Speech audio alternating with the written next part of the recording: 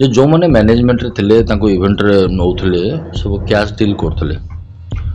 ତ ସେ ହିସାବଟା ନିହାତି ଆବଶ୍ୟକତା ଅଛି, ତାଙ୍କ ପରିବାର ଜାଣିବା ଆବଶ୍ୟକତା ଅଛି, ଆଉ ଯେଉଁଟାକି ଏପର୍ଯ୍ୟନ୍ତ ଆମେ କିଛି ଜାଣିନେ। ଦ୍ୱିତୀୟ କଥା ହେଉଛି ସେ ଯେଉଁ ମା ଯେଉଁ ବାରମ୍ବାର ଅନ୍ୟମାନଙ୍କ କଥା କହୁଛନ୍ତି ଯେ ଇଏ ଅଛନ୍ତି ସିଏ ଅଛନ୍ତି, ନିଶ୍ଚିନ୍ତ ଏଇଟା ତଦନ୍ତ ପରିସରକୁ ଆସିଲା ପରେ ହିଁ ସଠିକ୍ ଜିନିଷଟା ଜଣାପଡ଼ିବ। ଏସବୁ ଭିତରେ କିଛି ନା କିଛି ରହସ୍ୟ ଗୁଡ଼ାଏ ରହୁଛି ଯେଉଁଟାକି ତଦନ୍ତ ପରିସରକୁ ମୁଁ ଆଟଲିଷ୍ଟ ଆପଣମାନଙ୍କ ମାଧ୍ୟମରେ ରିକ୍ୱେଷ୍ଟ କରିବି କୌଣସି ମାତ୍ରାରେ ଗୋଟେ ଏଫଆଇଆର୍ ଦିଆଯାଉ। ଏଫଆଇଆର୍ ଦେଲା ପରେ କେସ୍ର ତଦନ୍ତ ହେଉ। ଗତ 5 ବର୍ଷ ଭିତରେ ତାଙ୍କ ଟ୍ରାଞ୍ଜାକ୍ସନ୍ କ'ଣ, କେତେ ଲୋକ କେତେ ପଇସା ଖାଇଛନ୍ତି, କେତେ ଲୋକ ତାଙ୍କୁ କେଉଁ ଟାଇପ୍ର ୟୁଜ୍ କରୁଛନ୍ତି ଜାଣିବା ଆବଶ୍ୟକତା ଅଛି। କାହିଁକିନା ଶେଷବେଳକୁ ଆଗରୁ ଯେଉଁ ଜଲି ମୋଡ଼ରେ ରହୁଥିଲେ ସେସବେଳକୁ ଟିକେ ହାରାସମେଣ୍ଟ ହେଇଯାଇଥିଲେ, ଆମ କତିରେ କଥା ହେଉଥିଲେ, କମ୍ କଥା ହେଉଥିଲେ, ବହୁତ କଥା ହେବାକୁ ଚେଷ୍ଟା କରୁଥିଲେ, କିନ୍ତୁ ହୁଏତ ତାଙ୍କ ଭିତରେ କ'ଣ ଡର ଥାଇପାରେ, ସେ ସେମିତି କିଛି କଥା ଲୁଚେଇବାକୁ ଚେଷ୍ଟା କରୁଥିଲେ ବୋଲି ଆମେ ଷ୍ଟଡି କରିପାରିଛୁ। ମୋ ସହିତ ଯାହା ଲାଷ୍ଟ ଡିସ୍କସ୍ ହେଇଥିଲା ତା ମନର କଥା ସେ ସମୟରେ ବହୁତ କିଛି କହିଥିଲା ଅବଶ୍ୟ, କିନ୍ତୁ କିଛି କଥା ଲୁଚେଇଲା ଭଳିଆ ଲାଗୁଥିଲା।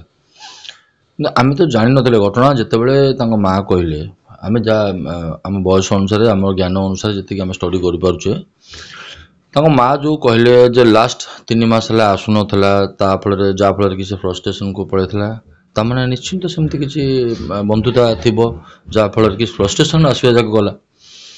ତ ତା ପୂର୍ବରୁ ମଧ୍ୟ ତାଙ୍କ ସହିତ ସମ୍ପର୍କ ଥିବ ବୋଲି ମୋତେ ଯାହା ଆଶା ବିଶ୍ୱାସ। ଆ ଭିତରେ ବହୁତ ଜିନିଷ ମାନେ କ୍ୱେଶ୍ଚିନ୍ ମାର୍କ ହେଇଯାଉଛି। ଏଇଟା ସବୁ ତଦନ୍ତ ପରିସରକୁ ଆସିବା ଆବଶ୍ୟକତା ଅଛି। କାହିଁକି ନା ଯେଉଁ ନାଁ କୁହାଯାଉଛି ମ୍ୟାନେଜର ବୋଲି, ଯିଏ ତାଙ୍କୁ ନେଇକି ପୂର୍ବଦିନ ଯେଉଁଦିନ ଏକ୍ସପାୟାର କଲେ ସେଦିନ ରାତିରେ ତାଙ୍କୁ ନେଇକି ଯାଇଥିଲେ, ସିଏ ଯଦି ଯେଉଁ ଲୋକ ଏତେ ଦିନ ହେଲା 3 ମାସ ହେଲା ତାଙ୍କ ଘରକୁ ଯାଉନି, ତାଙ୍କ ଘରେ ରହୁଥିଲା ବୋଲି ତାଙ୍କ ମାଆ କହୁଛନ୍ତି, ହୁଏତ ତାଙ୍କ ମାଆ ଜାଣିଥିବେ, ମିଛ ତ କହିବେନି, କୌଣସି ମାଆ ମିଛ କହିବାକୁ ଭଲ ପାଆନ୍ତିନି ନିଜ ପୁଅ ପାଇଁ।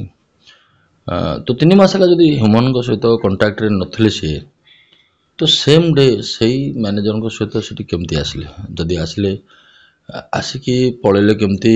ଶେଷ ମୁହୂର୍ତ୍ତ ପର୍ଯ୍ୟନ୍ତ ରହିଲେନି କେମିତି? ଯଦି ଜଣେ ସାଧାରଣ ବନ୍ଧୁ ହୋଇଥାନ୍ତେ, ଆମେ ବି ତ ଜଣେ ଅଳ୍ପ ବହୁତ ବନ୍ଧୁ, ତ ଆମେ ଯେମିତି ରାତି 3ଟା 40 4ଟା ପର୍ଯ୍ୟନ୍ତ ରହିପାରିଲୁ, ସିଏ କେମିତି ସେ ଜିନିଷରେ ଅନ୍ୟମାନଙ୍କ ଭଳିଆ କାହିଁକି ଆସିପାରିଲେ ନାହିଁ? ତାପରେ ଆ ଭିତରେ ବହୁତ କ୍ୱେଶ୍ଚିନ୍ ମାର୍କ ଉଠୁଛି। ଦେଖନ୍ତୁ, ଏବେ ହ୍ୟୁମାନ ଗୋଟେ ଛୋଟ ସିଙ୍ଗର ନୁହେଁ, ଗୋଟେ ଷ୍ଟାର ସିଙ୍ଗର କହିବାକୁ ଗଲେ, ବହୁତ ପଇସା ଇନକମ୍ କରନ୍ତି। ତା ଭିତରେ କିଛି ରହସ୍ୟ ରହିଯାଉଛି। ଯେବେଠାରୁ ତାଙ୍କ ମା ତାଙ୍କ କଣ୍ଟାକ୍ଟରେ ବା ବିଜନେସ୍ କଣ୍ଟାକ୍ଟରେ ନଥିଲେ, ତାଙ୍କ ୱାଇଫ୍ କେବେଠୁ କଣ୍ଟାକ୍ଟରେ ଗଲେଣି, ସେଇ ଡେଟ୍ରୁ ଏ ପର୍ଯ୍ୟନ୍ତ ତାଙ୍କ ଇନକମ୍ ସବୁ କୁଆଡ଼େ ଗଲା, କାହା ମାଧ୍ୟମରେ ସେଇଟା ପରିଚାଳନା ହେଉଥିଲା, ଏବଂ ଏପର୍ଯ୍ୟନ୍ତ ତାଙ୍କର ସେଭିଙ୍ଗସ୍ କ'ଣ, ସେଭିଙ୍ଗସ୍ ଯାହା ହେଉ ତାଙ୍କ ନ୍ୟାୟ ମିଳୁ, ତାଙ୍କ ଫ୍ୟାମିଲିକୁ ମିଳିଯାଉ। ଦ୍ୱିତୀୟ କଥା ହେଉଛି, ଏତେ ଦିନ ହେଲାଣି ଯେଉଁ ଟ୍ରାଞ୍ଜାକ୍ସନ୍ ଏବେ ଶୁଣାଯାଉଛି, ଆଉ ଗୋଟେ କଥା ଶୁଣାଗଲାଣି ଯେ ଯେଉଁମାନେ ମ୍ୟାନେଜମେଣ୍ଟରେ ଥିଲେ ତାଙ୍କୁ ଇଭେଣ୍ଟରେ ନେଉଥିଲେ ସବୁ କ୍ୟାସ୍ ଡିଲ୍ କରୁଥିଲେ। ତ ସେ ହିସାବଟା ନିହାତି ଆବଶ୍ୟକତା ଅଛି, ତାଙ୍କ ପରିବାର ଜାଣିବା ଆବଶ୍ୟକତା ଅଛି, ଆଉ ଯେଉଁଟାକି ଏପର୍ଯ୍ୟନ୍ତ ଆମେ କିଛି ଜାଣିନେ। ଦ୍ୱିତୀୟ କଥା ହେଉଛି ସେ ଯେଉଁ ମା ଯେଉଁ ବାରମ୍ବାର ଅନ୍ୟମାନଙ୍କ କଥା କହୁଛନ୍ତି ଯେ ଇଏ ଅଛନ୍ତି ସିଏ ଅଛନ୍ତି, ନିଶ୍ଚିନ୍ତ ଏଇଟା ତଦନ୍ତ ପରିସରକୁ ଆସିଲା ପରେ ହିଁ ସଠିକ୍ ଜିନିଷଟା ଜଣାପଡ଼ିବ। ମୁଁ ସେଇ କଥା କହୁଛି, ସେଇଟା ମୁଁ ଦେଖିଛି, ସେ ଭିଡ଼ିଓ ଦେଖିଛି।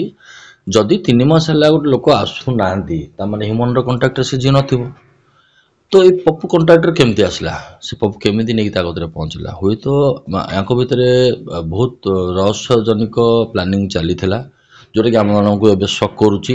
ଧୀରେ ଧୀରେ ଆଉ ଗୋଟେ କଥା ହେଉଛି, ତାଙ୍କ ପପୁ ଯେଉଁ ପିଲାଟି ମ୍ୟାନେଜର, ସେ ତାଙ୍କ ମାଆଙ୍କୁ ଯେଉଁ ଭାଷାରେ ବ୍ୟବହାର କରୁଛନ୍ତି, ହୁଏତ ଅନ୍ୟ କୌଣସି ପିଲା କାହା ମାଆଙ୍କୁ ଏତେ ବ୍ୟବହାର ଖରାପ କରିପାରିବନି। ଏ ସମୟ ହେଉଛି ଚାପି ଯିବାର ସମୟ ଥିଲା। ଯଦି ତୁମର ଯେଉଁ କେଉଁ କଥା ମିଡ଼ିଆ ଆଗରେ କହିଲେ ତୁମକୁ ଖରାପ ଲାଗିଲା, ସେଇଟାକୁ ପେସେନ୍ସ ଧରି ଅପେକ୍ଷା କରିବାର ଥିଲା।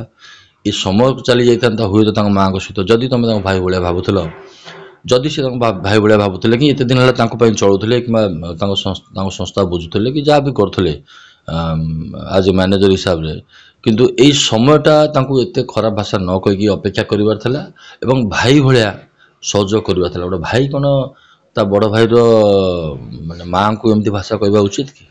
ଆମ ମୁହଁରୁ ତ କେବେ ବାହାରିବନି, ଯେତେ ବଡ଼ ଅସୁବିଧା ମଧ୍ୟ ହଉ। ଗୋଟେ ମାଆଟା ହେଉଛି ସମସ୍ତଙ୍କ ମାଆ, ଆଉ ଗୋଟେ ନାରୀକୁ ଅସମ୍ମାନ ବି ହେଇଛି, କାହିଁକିନା ସିଏ ମାଆ ଯେହେତୁ ବହୁତ କଷ୍ଟ ପାଇଛନ୍ତି ବୋଲି, ତାଙ୍କ 34 ବର୍ଷରେ ତାଙ୍କ ପୁଅକୁ ହରେଇଛନ୍ତି ବୋଲି ଏତେ ବେଦନାରେ ଥିଲେ, ଏତେ କଷ୍ଟରେ ଥିଲେ, ତା ଭିତରେ ସେ ନିଶ୍ଚିନ୍ତ ଜାଣିଥିବେ ସେ ଅର୍ପିତା 3 ମାସ ହେଲା ଆସୁନାହାନ୍ତି, ତା ପୂର୍ବରୁ ତା ଘରକୁ ଆସି ରହୁଥିଲେ।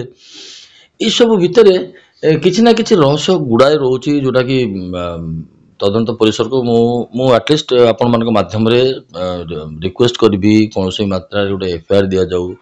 ଏଫଆଇଆର ଦେଲା ପରେ କେସ୍ର ତଦନ୍ତ ହଉ।